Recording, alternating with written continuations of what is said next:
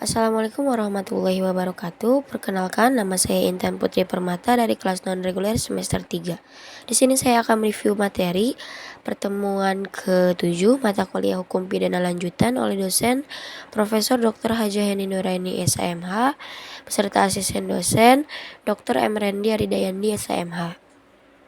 Jika di pertemuan ke-6 kita membahas mengenai bentuk konkursus murni, yaitu ada perbarengan peraturan atau konkursus idealis dengan perbarengan perbuatan atau konkursus realis.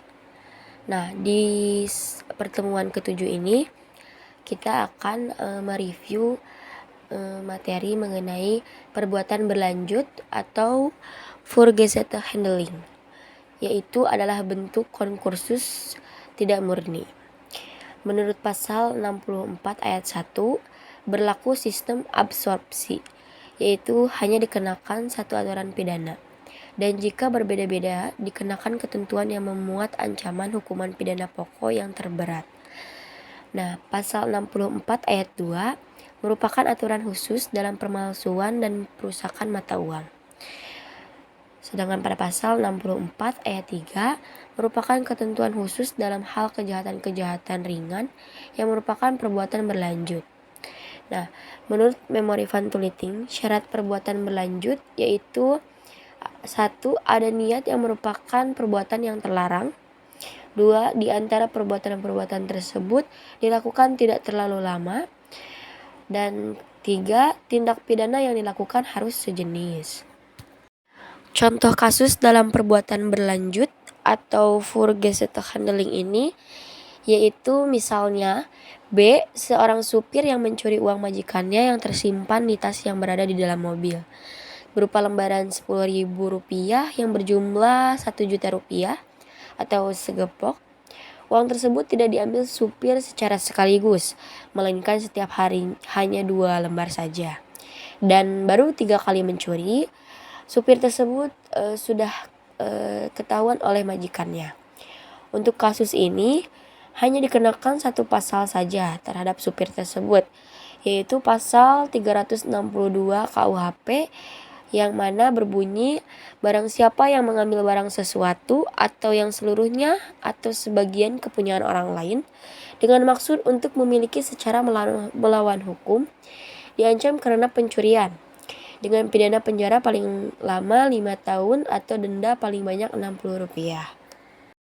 Perbarengan perbuatan atau konkursus realis pada pasal 65 sampai pasal 71 KUHP.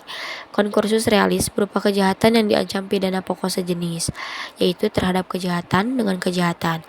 Pasal 65 yaitu hanya dikenakan satu pidana dengan ketentuan bahwa jumlah pidana maksimum tidak boleh lebih dari maksimum pidana terberat ditambah sepertiganya, atau absorpsi yang dipertajam atau diperberat. Contohnya, A melakukan 3 jenis kejahatan yang diancam pidana masing-masing 4 tahun, 5 tahun, dan 9 tahun. Terhadap hal ini, pidananya adalah 12 tahun jika dijumlahkan.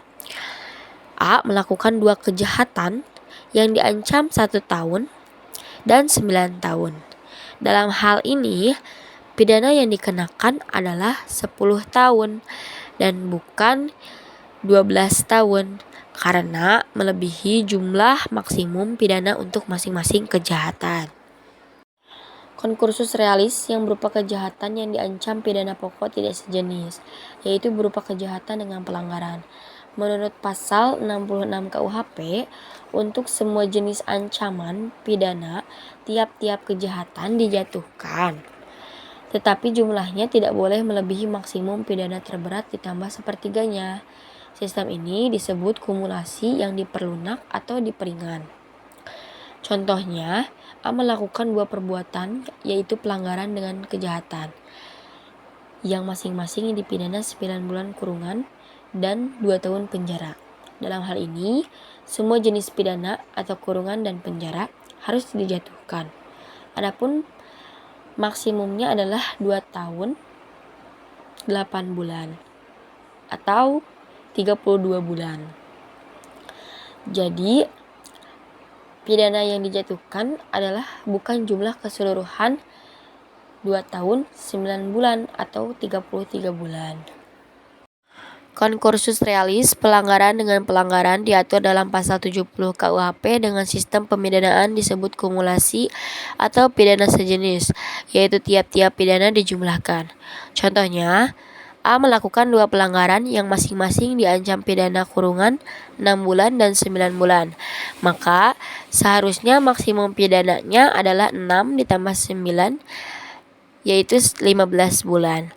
Tetapi menurut pasal 70 ayat 2 KUHP, sistem kumulasi itu dibatasi sampai maksimum 1 tahun 4 bulan kurungan atau 16 bulan kurungan.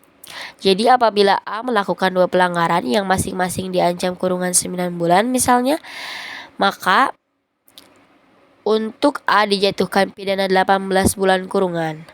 Hal ini bertentangan dengan pasal 70 ayat 2 KUHP, yaitu pidana maksimum yang harus dijatuhkan bukan 18 bulan, tetapi 16 bulan atau 1 tahun 4 bulan. Untuk concursus realis, baik yang berupa kejahatan ataupun pelanggaran yang diadili pada saat yang berlainan, berlaku pada pasal 71 KUHP. Contohnya, pada tanggal 1 Januari 2007 melakukan pembunuhan, pada tanggal 5 Februari 2007 melakukan pencurian, dan pada tanggal 10 Maret 2007 melakukan pencurian. Dalam hal ini, karena alat bukti belum lengkap, maka perkara yang ke-1 saja atau pembunuhan yang diajukan ke pengadilan. Terhadap kasus ini, hakim harus berpedoman pada pasal 71 KUHP, yaitu dalam perkara ke-1, jika hakim sudah memutus pidana terberat ditambah 1/3, maka untuk perkara selanjutnya, hakim hanya memutus atau menjatuhkan vonis dengan putusan bersalah saja atau nihil. Tetapi apabila dalam perkara ke-1 hakim belum menjatuhkan pidana terberat atau ditambah 1/3, vonis kedua dapat dijatuhkan pidana terberat ditambah 1/3-nya.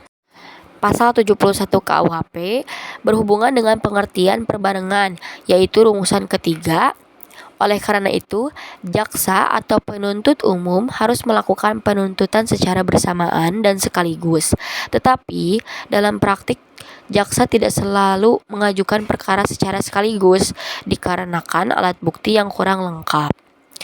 Atas dasar itu, maka concursus berbicara tentang pemidanaan dalam tindak pidana dan style cell atau sistem pemidanaan yang meringankan, namun menurut sistematika KUHP memberatkan.